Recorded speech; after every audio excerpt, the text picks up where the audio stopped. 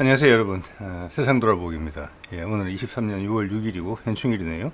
요일로는 수요일이고, 자, 오늘 정치논평 꼭지로 이제 한 말씀 드리겠고, 대문에서 보신 것처럼 지난 G7 회담이 히로시마에 있은 이후에 엄청나게 일들이 빠르게 진행이 되고 있죠.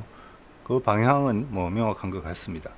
일단 예전에까지 뭐 결과는 하늘만이 아는 것이고, 일단 이때까지 있었던 예를 들어서 한 두 가지 정도의 시도와 비교를 하자면은 가장 일단 진도는 가장 많이 나갔다.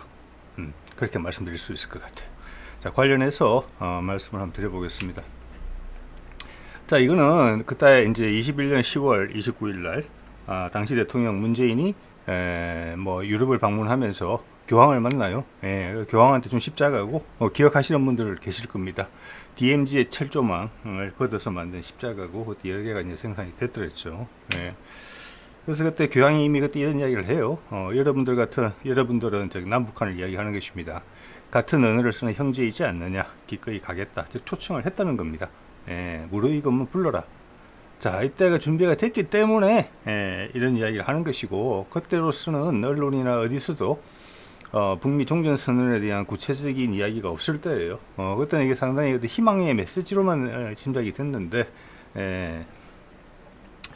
그래서 뭐 이런 퍼포먼스도 했더라고요. 로마 이제 교황 만난 다음 날 산티니아시오 성당이라는 곳에서 한반도를 형상화한 것을 놓고 촛불과 함께 DMZ 십자가 이런 퍼포먼스를 했어요. 자, 그래서 돌이켜보면, 왜냐, 그해 12월에 이런 말이 나왔거든요. 외교부 장관이죠. 종전선언문안 한미 간 사실상 합의, 제가 몇 번 썼던 슬라이드인데 그만큼 중요한 겁니다. 이것이 뭐 처음으로 바깥에 노출된 거예요. 물밑으로 지금 우리가 이제 가운데 중간자 역할을 해서 미국과 북한이 하고 있었구나. 트럼프 때 시동이 걸렸던 게 바이든으로 그냥 넘어와서도 계속 되고 있었구나. 거의 다 됐었구나. 사실상 합의했다. 왜 안 하느냐? 그때 갈등이 불거진 것이고, 미국이 다른 태도를 보이기 시작했던 것이죠. 그때 우크라이나 전이 발발될 조짐이 있어서 경고를 하고, 미국의 관심이 다른 쪽으로 기울어져 있었던 때예요. 그러자 우리가 이제 왜 이러냐라고 불쾌감을 이제 표시한 것이죠. 자, 이렇게 역으로 보면은 그 10월 달에 교황한테 가서 했던 그 이야기들은 이것을 다 염두에 두고 있었던 거예요. 즉, 12월 말이나 21년 12월 말이나 22년 초에 하려고 했던 거였죠.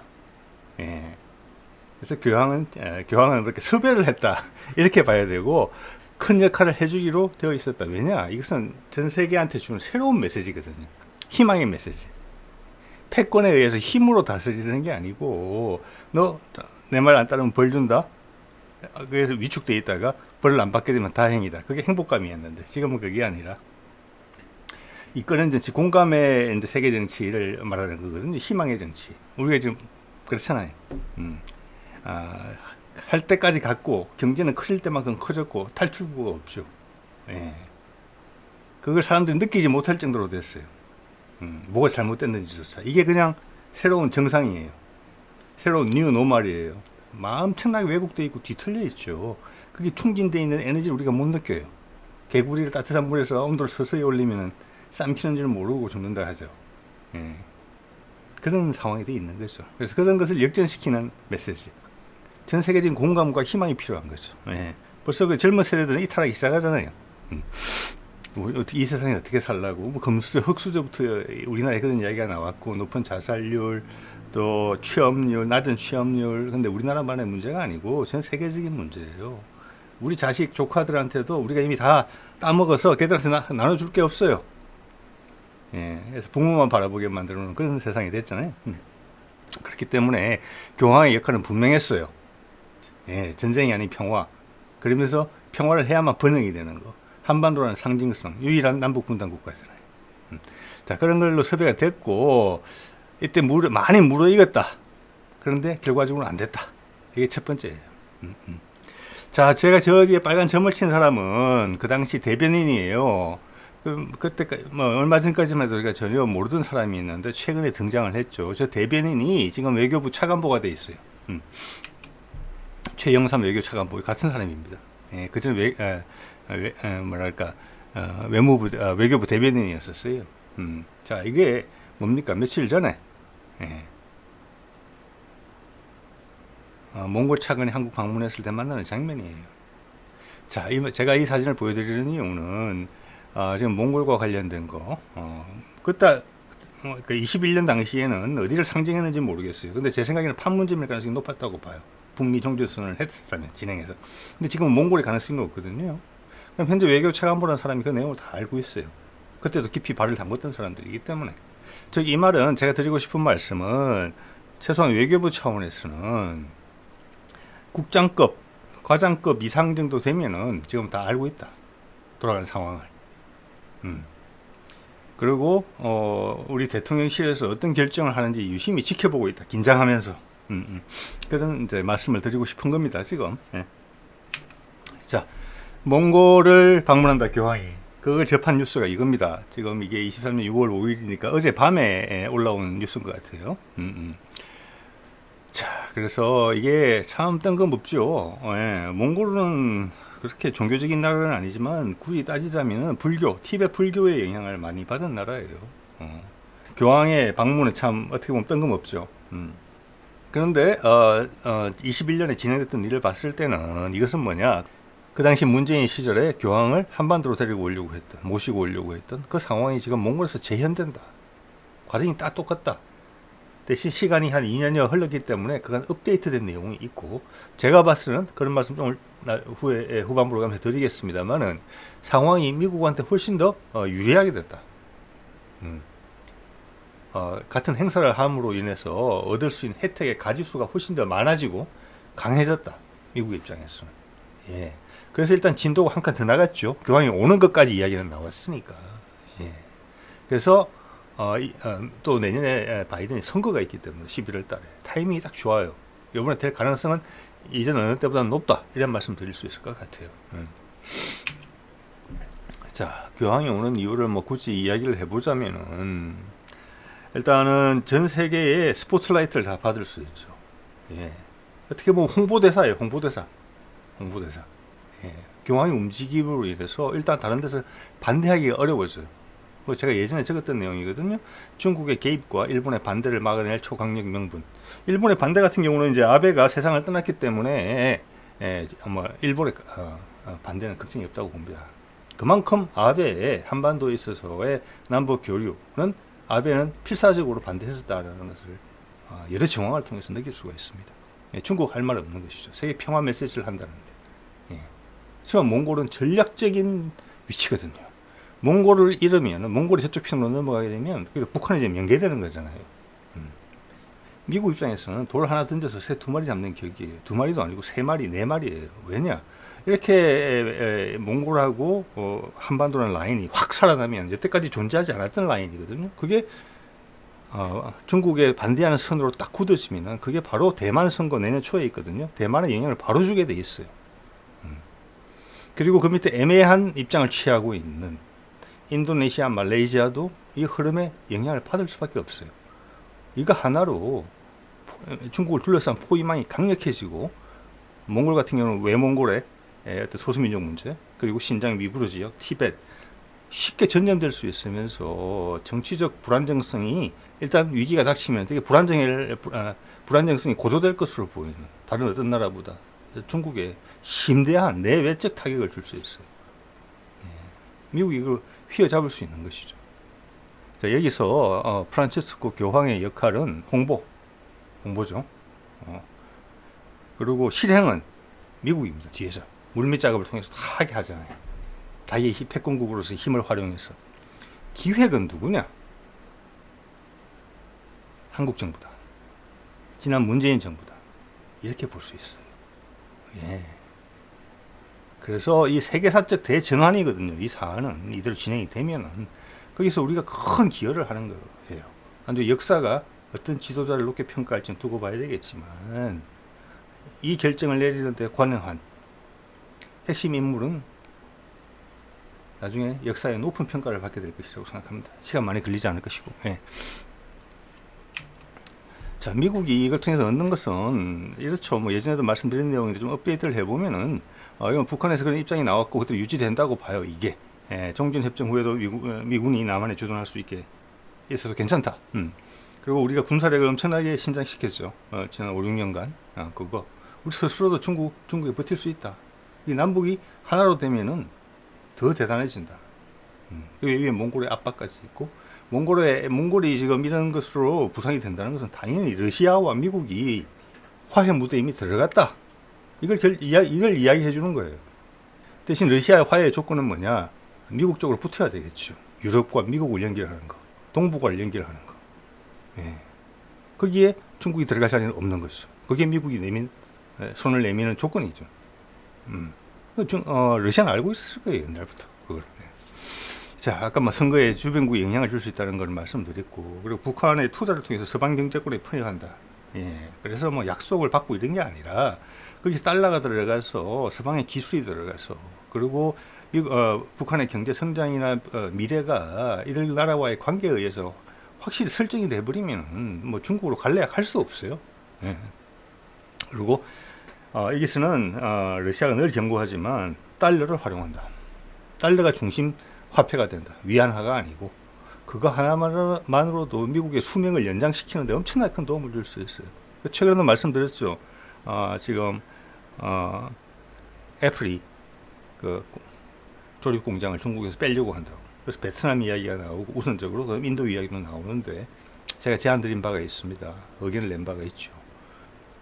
북한의 가능성이 있다면 북한으로 오고 싶을 것이다. 네. 북미 간의 협상에 있어서는 미국이 두 번째 바람을 맞췄기 때문에 협상력은 북한이 우위에 있어요, 현재로. 그래서 센터를 그리 옮기는 거는 미국도 좋고 북한도 좋고 이렇게 되는 거죠. 네. 그래서 러시아의 관계에서는 당연히 필요한 것이고 유라시아 경제권이 활성화된다. 지금 전 세계 자본주의가 더 이상 커질 데가 없잖아요. 물가만 오르는 거죠. 네. 이거 큰 나락으로 떨어질 수 있어요. 마르크스가 이야기한 자본주의의 위기, 그게 적나라한 예예요. 우리는 아무도 그렇게 생각 안 하지만 난 여전히 내 집값이 올라야 되고 내 봉급이 올라야 되고 그렇지만 실제는 안 그런 거잖아요. 위험하거든요 지금. 그리고 위험한 지는 10년 됐습니다 사실은. 자, 그래서 새로운 경제권이 커져야 된다. 유라시아권. 그러면 유럽도 산다. 이쪽 거점이 한국이 되고 한국이 되려면은 또 중국을 압박하려면 또 한국이 돼야 되고 남북한이 하나로 교류가 돼야 된다. 그래서 중국을 거치지 않고도 유라시아권이 해양으로 나갈 수 있어야 된다. 이게 엄청난 거잖아요. 그래서 우리 조상님들이 우리라는 땅을 엄청나게 전략적인데 그리고 동시에 살기 좋은 곳에다가 딱 정해놓은 거예요. 쉽지만은 않지만 또 하나 최근에 이제 추이를 봤을 때는 수소경제권이 있어요. 연해주나 캄차카 반도에 엄청난 천연가스가 매장돼 있죠. 가져갈 데가 없잖아요 현재. 예, 거기다가 지열도 가능해요. 자, 그 말은 아주 저렴한 가격에 깨끗한 그린 수소를 생산할 수 있어요. 예, 그 주요 거점이 한반도를 통해서 세상으로 갈 거예요. 예, 중국을 가더라도 우리를 거쳐서 갈 거예요. 일본을 가더라도 우리를 거쳐서 갈 거예요. 그게 한반도의 위상이고 통일이 대박이다 할 때 그거예요. 그 과정에서 미국이 발을 담그면 되는 거예요. 예, 중국 힘들어지죠. 예, 아주 많이. 자, 이런 게 이제 미국이 생각하는 바라고 제가 감히 유추해 보는 바이고요. 자, 그 울란바토르의 기사 난 거를 보면은 자, 올해 8월 30일에서 9월 4일까지 교황이 몽골 방문 예정이다. 이때 무슨 이벤트가 있는 것이고 이 교황이 오는 것도 엄청난 일인데 몽골 입장에서는 지금 6월 4일에서 6월 8일 일정으로 바티칸의 대외 담당, 그러니까 외교 담당하는 주교가 우리말로 한 나라로 치면 장관이겠죠. 그게 몽골 외교장관 초청으로 지금 방문 중이에요. 뭔 일을 할 수 있을까? 일단은 교황이 올 때 어떤 거 할지 어젠다를 정리하는 거겠죠. 네. 그래서 이 신문의 내용을 보면은 바티칸의 대외 담당 주교가 오는 것만 해도 바티칸의 최고위직이 지금 방문한 거예요. 네. 얼마 전에는 프랑스의 마크롱이 프랑스 지도자 사상 최초로 다녀갔죠. 급하게 G7 회의 마치자마자 지금 보시는 것처럼. 예. 예정에 없던 미팅이었어요. 한 달 만이다 갔거든요. 뭔가 중요한 이제 통보를 받은 거죠. 프랑스에도 신나는 일이겠다 싶은 이제 짐작이 되는 건데 그 중에 하나가 언제 이번에 밝혀졌다고 생각합니다. 이 기사를 통해서. 예. 이거 당연히 확신이 있는 거예요. 뭐에 대한 확신이 생기느냐 저는 이걸 보면서 러시아하고는 관계에 우크라이나전을 어떻게 처리할지 결론을 냈구나. 그렇지 않으면은 교황 이야기를 끊을 수가 없는 거죠. 예. 러시아하고 미국이 전쟁을 하면서 어르렁거리면서 한쪽에서 서로 총질을 하면서 우크라이나를 통해서 반대쪽에서는 희망의 메시지를 던진다. 있을 수 없는 일이거든요. 그래서 이것은 의미가 심장한 일이라는 것이죠. 예. 자, 말씀드린 대로 이제 몽골, 내몽골 문제가 있고 이렇게 포위망을 짜려고 한다는 것이죠. 제가 얼마 전에 썼던 슬라이드고 내몽골 문제는 있죠. 예. 내몽골에 한족이 많이 살고 있지만 90% 정도 한족이라고 해요. 몽골 정도는 한 400만 명 정도인데 한족이 대부분 몰려 있는 지역은 지금 중국과의 무역에 있어서 거점에 모여 있어요. 예. 흩어져 살고 있는 면적으로 따지면 아마 몽골족이 더 넓은 곳에 살고 있을 거예요. 좀 황량한 지역이겠죠. 저기다가 이번에 몽골 북한 문제가 저기 들어 있는 것이죠. 핵심은 북한이죠. 근데 그 장소를 몽골로 했고 몽골을 선택해서 몽골을 영향력 안에 둘 수 있겠다라는 그동안의 전개가 있었던 것이고, 심지어 우크라이나 전이 없었을 때도 러시아와의 좀 밍숭맹숭했던 관계가 비온 뒤에 땅이 굳어진다고, 그게 오히려 해결이 되는 셈이에요. 지금 오히려 한번 불꽃을 튀긴 바람에 그렇게밖에 해석이 안 돼요, 이 흐름이. 자, 이렇게 되면 이 지도를 보시면은 몽골 옆에 왼쪽에 넓은 땅이 신장 위구르 지역이고, 그 밑으로 넓은 땅이 티벳이죠.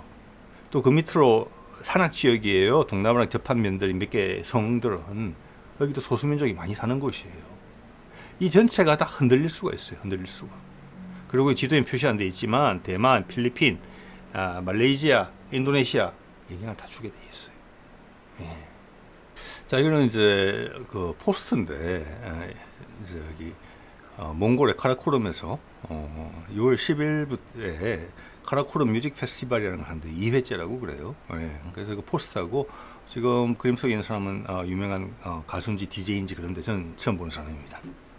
이걸 소개드리는 이유는 이게 공식 포스트인데 하나 먼저 말씀드리고 싶은 것은, 제가 이제 카라코름을 최근에 가라꼬리라고 우리나라에서는 가라꼬리다. 그래서 이 중앙아시아에서 쓰던 표현이 우리나라 말에도 있다. 가야라는 나라도 있다. 이런 말씀을 제가 드린 바가 있어서 적어본 겁니다. 몽골에도 있습니다. 중요한 지역이죠. 신성한 곳이죠, 몽골에서는. 그래서 가라꼬리인데, 이것은 공식 포스터인데 이것을 소개하는 기사를 봤어요, 제가. 그 기사의 밑에다가 이제 제목을 적은 거예요. 언론사에서. 포스터의 위에다가 뭐라고 적었느냐? 카라코럼, prepare to enter the uncharted world, 이렇게 적었거든요. 이게 뭐냐 하면은 카라코럼, 미지의 세상을 준비하라. 네. 아까도 이클립스였잖아요, 제목도. 이게 일식이나 월식을 말하는 거거든요. 검해졌다가 다시 밝아지는데 그게 달빛이든 햇빛이든지 간에 그때 세상이 달라진다는 거예요. 이걸 언론사에서 넣은 거거든요. 의미심장해요, 엄청나게. 이게 이게 몽골의 마음이에요. 예. 한 번도 가본 적이 없는 길을 가야 되는 거예요, 지금. 그런 세상이 우리를 맞이하게 될 거고, 그 핵심에 몽골이 있고, 몽골은 되게 중요한 선택을 해야 된다는 거예요.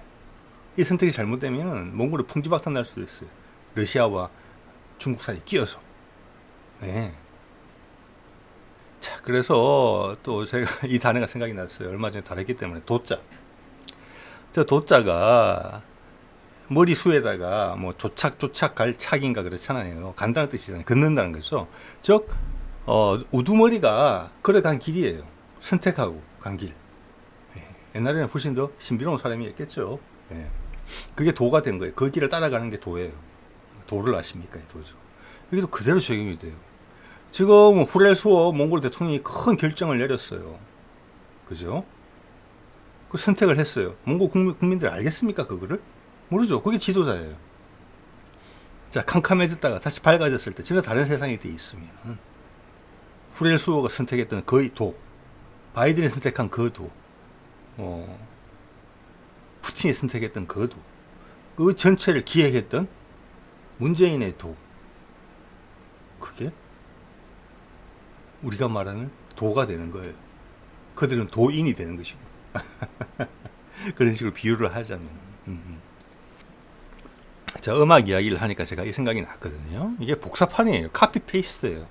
그때 문재인을 이제 한국 방문을 해서 윤석열이 취임하고 얼마 안 됐었죠. 그때 문재인하고 통화를 했죠. 그게 2022년 5월 22일이에요. 그 다음 미국에 돌아갔는데 BTS를 초대를 했어요. 이게 6월달인가 7월달인가 6월달 정도 됐을 거예요. 그리고 문재인 정부 때 대북 관련 일을 했던 주요 인사들이 미국에 체류를 합니다. 장기적으로. 이때가 두 번째 무르익었을 때예요. 그때 교황은 말이 돼 있었을 것이고 이미. 그래서 그때 큰 이벤트를 열려고 했다. BTS가 인기 절정이던 시절이에요. 지금 활용할 수 없죠. 군대 갔으니까. 그 그림이 그대로 지금 다시 한번 활용되고 있다. 장소를 몽골로 바꿔서 이렇게 봐지는 것이죠. 자, 그래서 이것입니다. 이게 이제 유라시아 철도망이죠. 그래서 제가 그때 옛날에 뽑았던 내용인데 잘 정리를 한 것 같습니다. 세계 경제와 세계인의 마음이 필요한 것은 희망이에요, 지금. 네. 그것을 패권국이라면 그걸 해줘야 돼요, 이제는. 그게 세상이 바뀐 거예요. 예전에 내가 힘만 세면 됐지만 그게 아니에요. 이제 희망이 필요해요. 마음에도 희망이 필요하고 세계 경제에도 희망이 필요해요.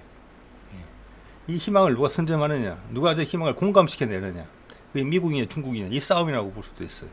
그래서 이번에 바이든이 몽골에서 밀어붙인다면은 이럴 가능성이 있다는 것이죠. 자, 지금 자본주의는 더 이상 팽창할 데가 없어요.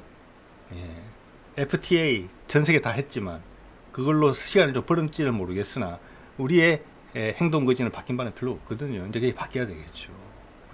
그게 이제 4차 산업혁명이라는 것으로 바뀌는 건데 일단 새로운 큰 실마리가 필요해요. 아프리카 대륙을 개발해서 이만큼 한다. 시간이 좀 걸리겠죠. 지금 다 개발된 나라들이 있는데 여태까지의 정치적 지형 때문에 서로 연결이 못 돼서 스파크가 안 일어나던 방대한 지역이 어디냐? 저기 유라시아 경제권이라는 것이죠. 동양과 서양을 이어주는 거예요. 새로운 실크로드죠. 그러니까 저기 시베리아 횡단철도가 거기 핵심적인 역할을 하고 저 거점들이 살아날 수 있거든요. 그리고 러시아의 동방에 있는 연료 탱크들이 연료 저장소들이 지하 자원들이 트이는 거죠. 몽골의 히토리오, 북한의 히토리도 터지는 것입니다. 왜? 4차 산업의 핵심적인 희귀 금속들이니까.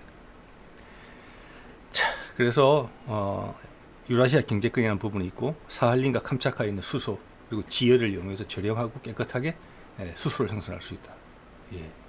그러니까 중동, 그때 원유에 기반했던 중동이 저리 옮겨갈 가능성이 있다는 이야기를 하는 것이에요. 그 드라이브를 걸 수 있는 것은 패권국이 걸 수 있어요. 우리 수소 경제로 갈 거야? 그렇게 가자.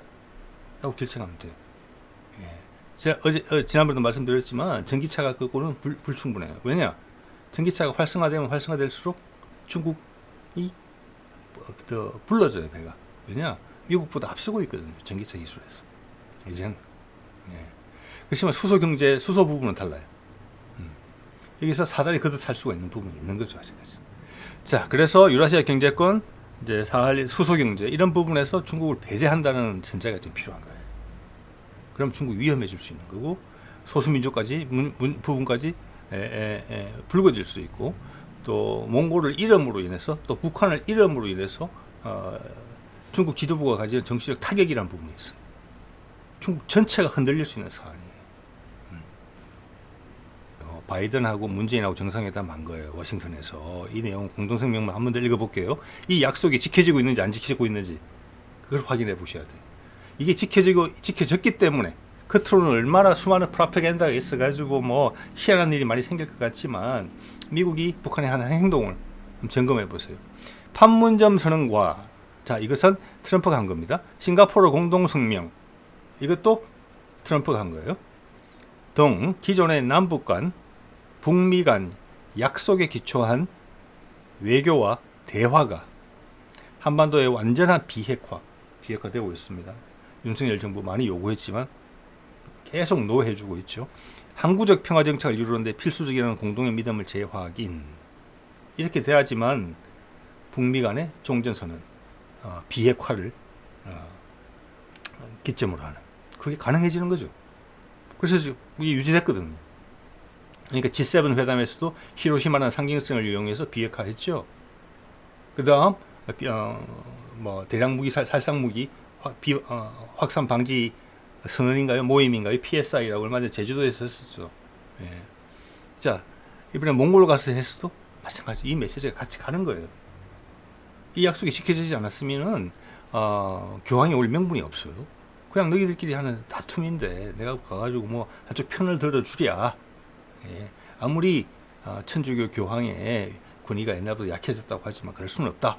뭐 이 정도의 반응이 나왔을 거거든요. 그게 아니기 때문에 가능한 거죠. 이건 지켜졌다는 거예요. 저 기조를 이어간다는 거예요. 예. 자, 그러면 뭐 앞으로 진행되는 상황을 봐야 되겠습니다만은 조심스럽게 예측을 해보자면은 그 장소가 판문점에서 지금 몽골로 바뀌는 그런 분위기인데 이게 미국 입장에서 나쁘지 않다.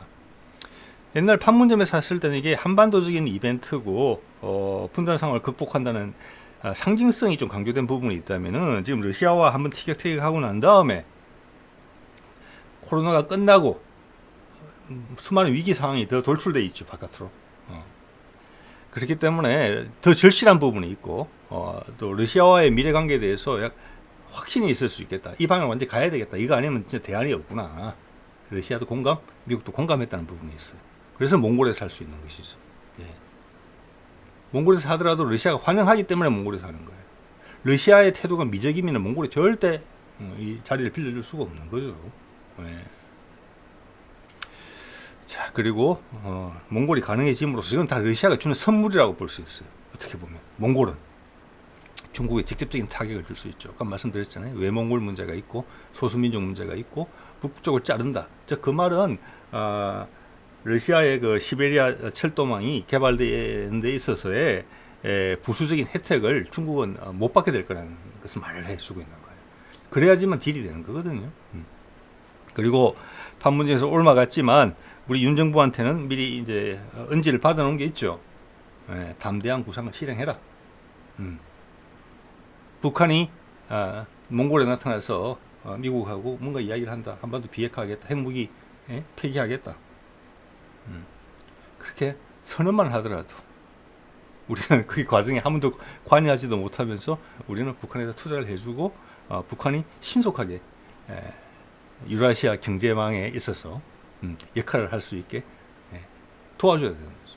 그럼 미국도 원하고 러시아도 원하고 다 원하는 거예요. 근데 윤 정부가 그걸 원하느냐? 그렇지 않죠. 윤 정부와 윤석열을 대통령으로 만든 핵심 세력들은 남북 분단에라는 그 구도에서 혜택을 보던 사람들이거든요. 그리고 일본과의 관계, 미국과의 관계, 그 틀 속에서 번영을 누리던 사람들이고 앞으로도 그렇게 돼야 된다고 믿는 사람들이거든요. 군사적으로도 외교적으로. 예? 자, 그런데 이제는 세계사의 흐름이 바뀌어서 거기 한 축이 미국이 다른 행동을 취했기 때문에 우리나라에서는 엄청난 혼란이 있어요. 그게 지금 윤석열 정부의 핵심 세력들이죠. 그를 대통령으로 만든 세력들이. 자가당탁이라는 거예요. 예. 옛날 노무현이 북한 가서 김정일을 만나고 와서 이런 이야기를 했어요. 여러분, 이 남북 통일은 생각보다 시간이 좀 많이 걸릴 것 같아요. 이런 말을 했어요. 서로 마음이 많이 어긋나 있고 조금이라도 해작질을 해서 불을 붙이면 불이 금방 붙어요. 감정적으로. 그래서 그게 자연스럽게 수그러들어서 오는 데 시간이 한참 걸리겠습니다. 라고 시무룩해서 말을 했었어요. 우리들만의 희망으로, 마음으로, 노력으로 아래위가 화해를 하기는 어렵다. 그게 노무현의 판단이었어요.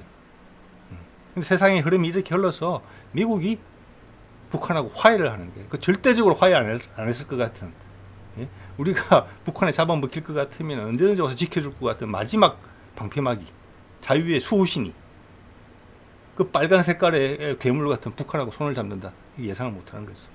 세상이 이렇게 바뀌었잖아요. 이렇게 됐기 때문에 되는 겁니다. 자, 그러면 그 가운데 얇아지고 압축이 되는 그 세력들이 있을 거예요. 이들이 그냥 순순히 할 것이냐? 담대한 구상도 순순히 나온 게 아니잖아요.